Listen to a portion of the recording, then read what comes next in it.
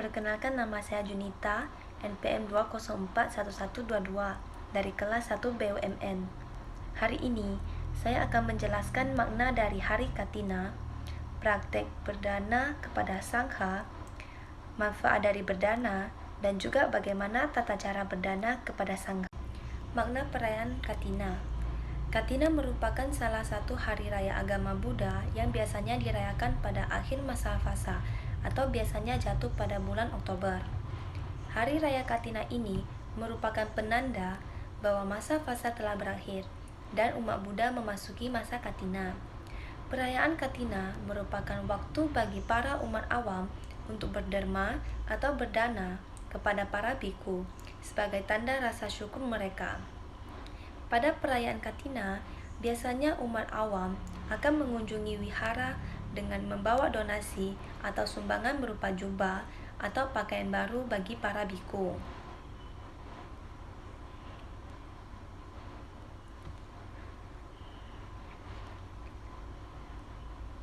Makna praktik berdana kepada sangha. Secara universal, praktik memberi atau berdana dikenal sebagai salah satu keluhuran manusia yang paling mendasar, sesuatu yang membuktikan kedalaman sifat manusiawi dan kemampuan seseorang untuk transenden diri. Di dalam ajaran agama pun, praktik berdana memiliki tempat dan pengertian berkhusus.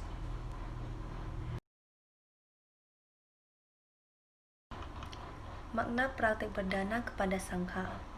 Secara universal, praktik memberi atau berdana dikenal sebagai salah satu keluhuran manusia yang paling mendasar, sesuatu yang membuktikan kedalaman sifat manusiawi dan kemampuan seseorang untuk transenden diri.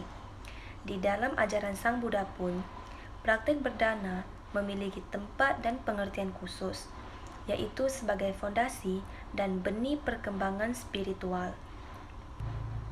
Manfaat berdana.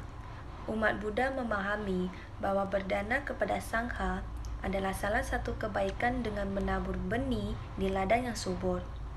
Tak dipungkiri bahwa bulan Kartini merupakan bulan berkah. Antusiasme umat Buddha begitu besar.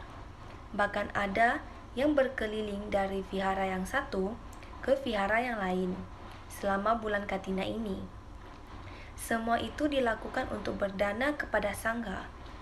Biku Sikananda di dalam bukunya yang berjudul Dana menjelaskan manfaat dari berdana sangatlah banyak.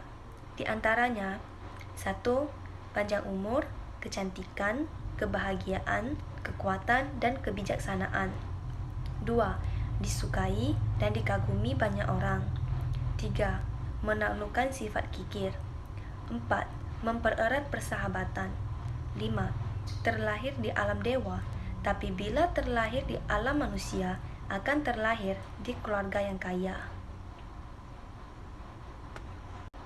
Bagaimana tata cara berdana kepada sangha?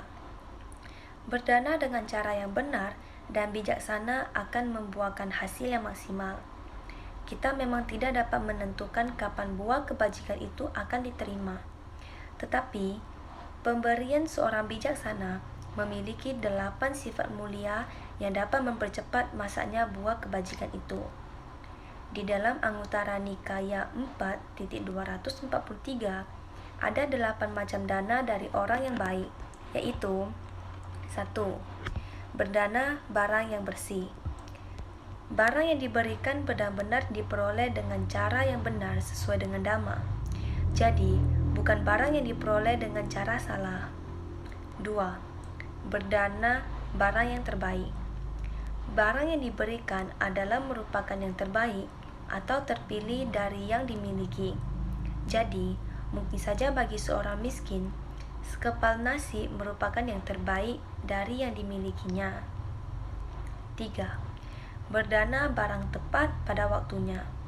Seperti menanam bibit, subur tidaknya juga tergantung pada musim yang tepat. Demikian juga pemberian barang atau dana makanan harus tepat pada waktu di mana barang itu dibutuhkan. Pemberian makanan kepada biku atau samanera tepat diberikan pada waktu pindapata atau sebelum lewat tengah hari. 4. Berdana barang yang layak diberikan. Barang yang diberikan hendaknya dapat bermanfaat bagi yang menerima dan bukannya membahayakan. Jadi, pemberian yang mencelakakan penerimanya tidak disebut sebagai dana. Misalnya pemberian candu, alkohol, dan sebagainya yang menyebabkan penerima menjadi mabuk. 5. Berdana barang secara bijaksana.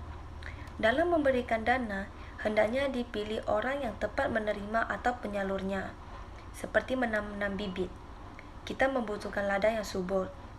Pemberian dana kepada orang yang silanya kokoh pasti akan berubah lebih baik daripada orang yang silanya kurang kokoh atau tidak memiliki sila. 6. Berdana barang secara tetap. Tidak semua orang dapat berdana dengan jumlah yang besar sekali saja. Maka, hendaknya tanpa jemu laksanakanlah dana terus-menerus di mana ada kesempatan sesuai dengan kemampuan. Sang Buddha bersabda, kebajikan yang dilakukan terus-menerus laksana menitiknya air. Lama-lama dapat memenuhi sebuah tempayan. 7. Berdana barang dengan pikiran tenang dan rela. Ketenangan dan kerelaan merupakan sifat mulia yang menambah harumnya kebajikan.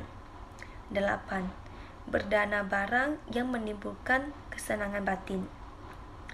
Kesenangan dan kebahagiaan ini dapat kita limpahkan dengan merenungkan kepada para leluhur kita.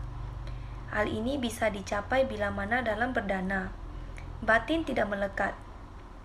Kebahagiaan ini masih terasa bila ingatan ini timbul kembali dalam pikiran.